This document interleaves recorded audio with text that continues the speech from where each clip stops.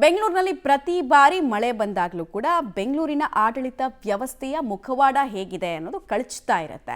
ಪ್ರಮುಖವಾಗಿ ಬೆಸ್ಕಾಂ ಸಿಬ್ಬಂದಿಗಳ ಕೆಲಸ ಹೆಂಗೆ ಮಾಡ್ತಾರೆ, BBMP ಅವ್ರ ಕೆಲಸ ಹೆಂಗಿದೆ, BWSSP ಅವ್ರ ಕೆಲಸ ಹೆಂಗಿದೆ ಅನ್ನೋದೆಲ್ಲ ನಿಮಗೆ ಗೊತ್ತೇ ಇದೆ. ಒಬ್ರಿಗೊಬ್ರಿಗೆ ಕಮ್ಯುನಿಕೇಷನ್ ಅನ್ನೋದು ಒಂಚೂರು ಕೂಡ ಇಲ್ಲ.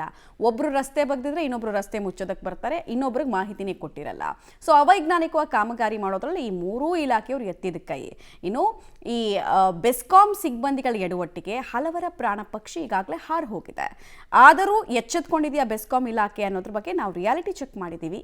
ಏನು ಹೇಳ್ತಾ ಇದೆ ನಮ್ಮ ರಿಯಾಲಿಟಿ ಚೆಕ್, ಬನ್ನಿ ನೋಡ್ಕೊಂಡು ಬರೋಣ. ಬೆಂಗಳೂರಿನಲ್ಲಿ ಗಾಳಿ ಮಳೆಗೆ ಅವಾಂತರ, ಮುರಿದು ಬೀಳುವ ಸ್ಥಿತಿಯಲ್ಲಿ ವಿದ್ಯುತ್ ಕಂಬ, ಸ್ವಲ್ಪ ಯಾಮಾರಿದ್ರೂ ಅಪಾಯ ಕಟ್ಟಿಟ್ಟ ಬುತ್ತಿ.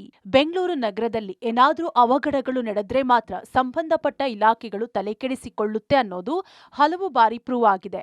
ಈಗ ನಾವು ನಿಮಗೆ ತೋರಿಸುವ ವಿದ್ಯುತ್ ಕಂಬದ ಪರಿಸ್ಥಿತಿ ಎಷ್ಟು ಭೀತಿ ಹುಟ್ಟಿಸುತ್ತಿದೆ ಅನ್ನೋದನ್ನ ನೀವೇ ನೋಡಿ. ಇದು ಚಾಮರಾಜಪೇಟೆ ವಿಧಾನಸಭಾ ಕ್ಷೇತ್ರದ JJR ನಗರ ಬಳಿ ಇರುವ ವಿದ್ಯುತ್ ಕಂಬದ ದುಸ್ಥಿತಿ. ಬೆಂಗಳೂರಲ್ಲಿ ಬೆಸ್ಕಾಂ ಏನಾದರೂ ಅನಾಹುತ ಆದರೆ ಮಾತ್ರ ಎಚ್ಚೆತ್ತುಕೊಳ್ಳುತ್ತೆ ಅನಿಸುತ್ತೆ. ಯಾಕಂದರೆ ಚಾಮರಾಜಪೇಟೆ ವಿಧಾನಸಭಾ ಕ್ಷೇತ್ರದ VS ಗಾರ್ಡನ್ನಲ್ಲಿರುವಂಥ ಒಂದು ವಿದ್ಯುತ್ ಕಂಬ ಯಾವ ಮಟ್ಟಕ್ಕೆ ಡೇಂಜರಸ್ ಪರಿಸ್ಥಿತಿಯಲ್ಲಿದೆ ಅನ್ನುವಂಥದ್ದನ್ನು ಗಮನಿಸ್ಬೋದು. ಸಂಪೂರ್ಣವಾಗಿ ಕಂಬ ವಾಲಿ ನಿಂತಿದೆ. ಅದು ಯಾವ ಮಟ್ಟಕ್ಕೆ ಅಂದರೆ ಯಾವಾಗ ಬೇಕಾದರೂ ಕೂಡ ಅದು ಮುರಿದು ಬೀಳ್ಬೋದು ಅಥವಾ ಕಟ್ಟಾಗುವಂಥ ಸಾಧ್ಯತೆ ಇರುವಂಥದ್ದು.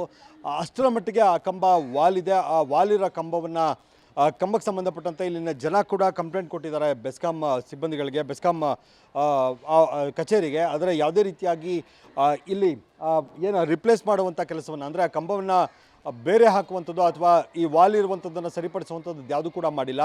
ಗಮನಿಸ್ಬೋದು ಎಷ್ಟು ಬೇಜವಾಬ್ದಾರಿಯಾಗಿ ಕೆಲಸ ಮಾಡಿದ್ದಾರೆ ಅಂದರೆ ಆ ಕಂಬವನ್ನು ಇನ್ನೊಂದು ಕೇಬಲ್ನ ಮೂಲಕ ಆ ಮರಕ್ಕೆ, ಅಂದರೆ ತೆಂಗಿನ ಮರಕ್ಕೆ ಕಟ್ಟಿ ಹೋಗಿದ್ದಾರೆ. ಬಿಟ್ಟರೆ ಬೇರೆ ರೀತಿಯಾಗಿ, ಅಂದರೆ ಈ ವಾಲ್ ಇರೋದಕ್ಕೆ ಸಂಬಂಧಪಟ್ಟಂತೆ ಯಾವುದೇ ರೀತಿಯಾದಂಥ ಕ್ರಮವನ್ನು ತೆಗೆದುಕೊಂಡಿಲ್ಲ. ಮಕ್ಕಳು ಓಡಾಡ್ತಾರೆ, ಜನ ಓಡಾಡ್ತಾರೆ. ತುಂಬ ಒಂದು ರೀತಿ ಮನೆಗಳು, ಅಂದರೆ ರೆಸಿಡೆನ್ಷಿಯಲ್ ಏರಿಯಾ, ಇಲ್ಲಿ ಮನೆಗಳಿದ್ದಾವೆ, ಸಾಕಷ್ಟು ಮಕ್ಕಳು ಓಡಾಡ್ತಿರ್ತಾರೆ, ಆಟ ಆಡ್ತಿರ್ತಾರೆ.